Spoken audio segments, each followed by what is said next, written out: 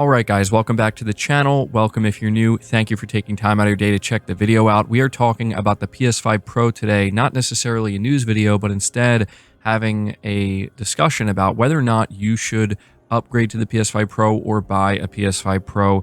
Is it worth it? Is it something that you should be considering? Well, we're going to have this conversation. I think it's the best time to have it right now. Obviously, this question will persist throughout the remainder of the generation, especially as we start to see newer games and what they're going to be able to achieve on the PS5 Pro, and whether or not in the future there's going to be some kind of price reduction. Obviously, these are things that remain to be seen, but as of right now, based off of everything we know, is it worth it to buy the PS5 Pro? Should you consider it?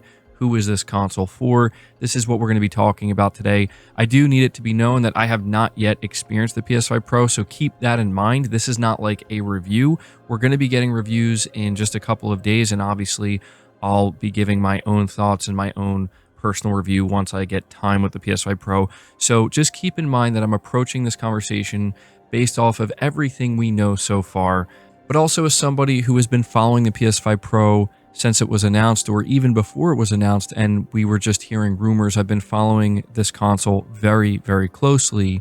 So just keep that in mind as we proceed with this conversation. But I want to start here talking about those who have already made the decision definitively that they are not buying a PS5 Pro or upgrading to a PS5 Pro. Honestly, this conversation probably isn't for you. If you've already kind of locked into that mindset of, no matter what, I'm not upgrading to this thing. It's just not on my radar. It's never going to be. It doesn't matter what games get enhanced and what those enhancements entail. I'm just not going to purchase this console. I am sticking with either the base PS5 or whatever other console or platform I'm currently playing on. Then honestly, nothing I say here is really going to change your mind. And to be honest, this video isn't necessarily to change anybody's mind. But yeah, if you've already made that decision, I think it's safe to say you're probably going to be waiting until the PlayStation 6 next generation. But for anybody who is kind of trying to decide, I don't know, is this something that's really going to be worth that $700? Well, this is where I think the conversation gets more interesting. I think people who are asking themselves that question need to really, I think, hone in on what this console is going to do for games, not just now, but for the remainder of the generation. And I think when you have that better understanding of what you're going to get, what you can expect, not just now for your $700, but again, the investment of the $700 for the next 3 to 4 years. For those wondering when the next generation is going to kick off with the PS6, it's probably not going to be for minimum another 3 years, but it could go further than that. It could go up to 4 years, and who knows, maybe even longer, depending on the way things kind of pan out. But at the very least, you're going to get 3 solid years. And so if you are going into the PS5 Pro, spending $700 on it, and expecting what would basically be next generation results, and when I talk about next gen results, I'm talking about games running at like a native 4K 60 FPS easily with a lot of ray tracing, or at the very least getting up to 120 FPS no problem if you're the game doesn't have ray tracing. I'm talking about advanced AI with NPCs. I'm talking about significantly bigger and just wider game worlds in terms of scope and scale. These are not things that this console is planning on bringing to the table, because at the end of the day, it's still a PlayStation 5. It is not a next generation machine. And to highlight that, the CPU inside of the PS5 Pro is exactly the same as the CPU inside of the base PS5. However, if you are somebody who up till this point has been playing on the PS5 and you've been playing your games in performance mode, and you think, I kind of wish the image quality was better. I wish that this game looked crisper and clearer and just sharper overall. And I also wish that maybe there was some ray tracing potentially. Or even if you're somebody who is playing in the fidelity modes at 30 FPS and you kind of get excited at the notion of games supporting ray tracing, but you've been a bit underwhelmed with that, these are the two main things that I would say are going to make you consider actually upgrading to the PS5 Pro and enjoying the remainder of this generation playing on a PS5 Pro. Now, obviously, that's not going to apply to most people. The PS5 Pro is a console that is targeted at the enthusiast, the person to where this matters specifically in the console space, because I know that a lot of people are automatically thinking, well, should I just go to PC? Isn't PC better? If I want the best, isn't PC the best option? Well, honestly, that's kind of up to you to decide, right? You have to weigh your options. You have to think of the pros and cons here. When we talk about PC, one of the big things that PC players really enjoy is not just the ability to be able to upgrade your components one at a time when you want to, at your discretion, but also the fact that a PC can do much more than just gaming. However, there are a lot of people who feel as though PC can be a bit of a hassle and it can be a bit time consuming to get certain games set up and always having to update drivers, so on and so forth. And so because of that, they tend to lean towards the console experience for the convenience, where you just kind of plug the box in and you boot up the game and you play the game. And it's basically that simple. It's always been that simple. That's why a lot of people do like to gravitate towards that more convenient console experience.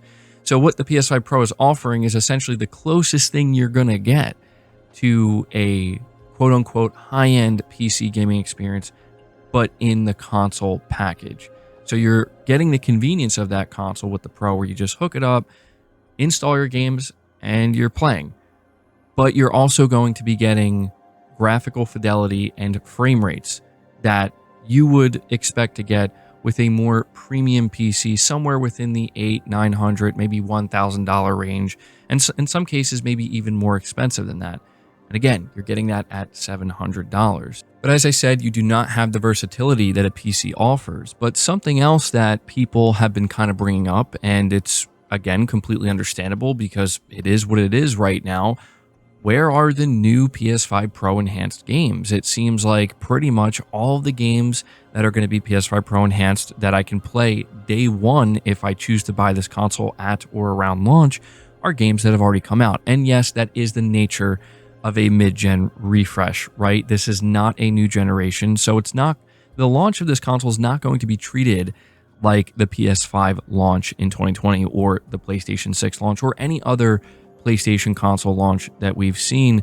It's going to be treated as something that is very much optional, and right now, because of that, the excitement factor hinges around games that you have either already played, are currently playing, or games that you are considering going back to playing that are going to get these enhancements. But it's also worth noting, and this is something that, again, you might want to keep in mind when you're trying to decide if you want to upgrade to the PS5 Pro right now.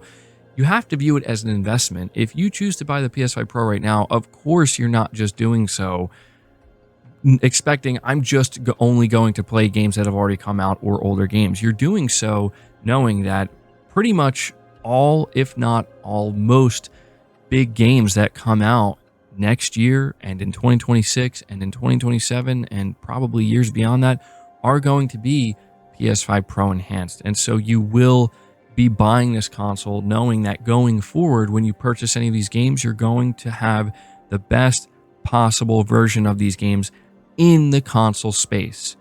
Not overall, because if you want that, you go to the PC space where you pay probably even more money, but you can ensure you get the best possible experience.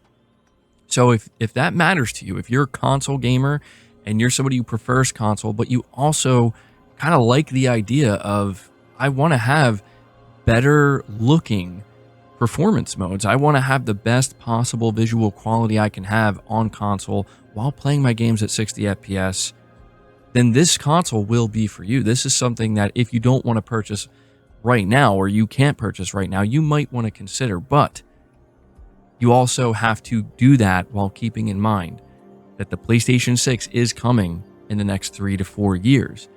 So there is kind of a limit here, right? Where if you do invest in the PS5 Pro, you have to do so knowing that you're probably also going to upgrade to the PlayStation 6.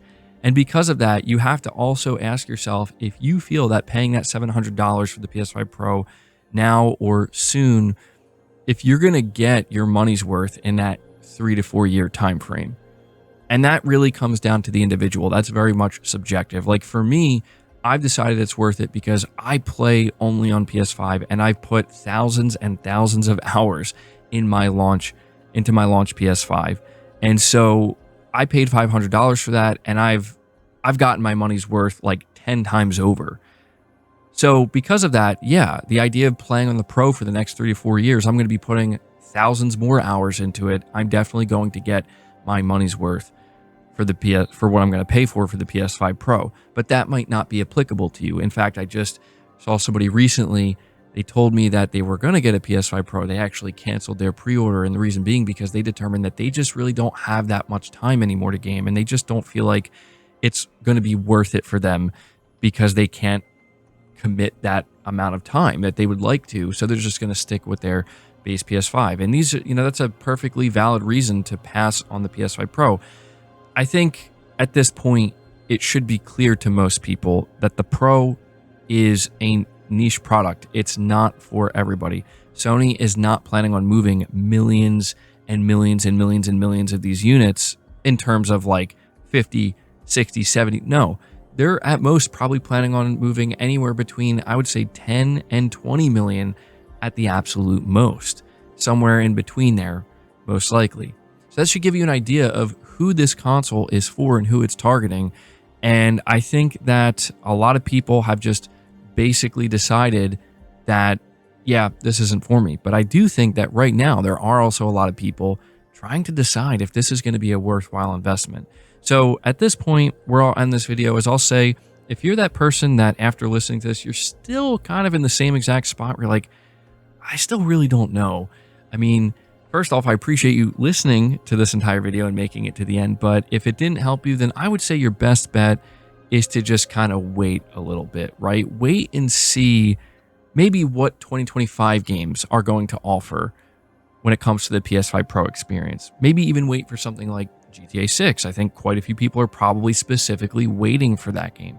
That game could be the one that kind of busts the floodgates open, right? Where maybe the Pro will be able to run GTA 6 at 60 FPS, and that's the only place until it releases on PC years later that you can get a 60 FPS GTA 6 experience. If that's true, I think that's going to win a lot of people over, but we don't know that yet. And so for now, if you're still on the fence, I would say just wait, see what else is coming down the line, and see what type of enhancements you can expect.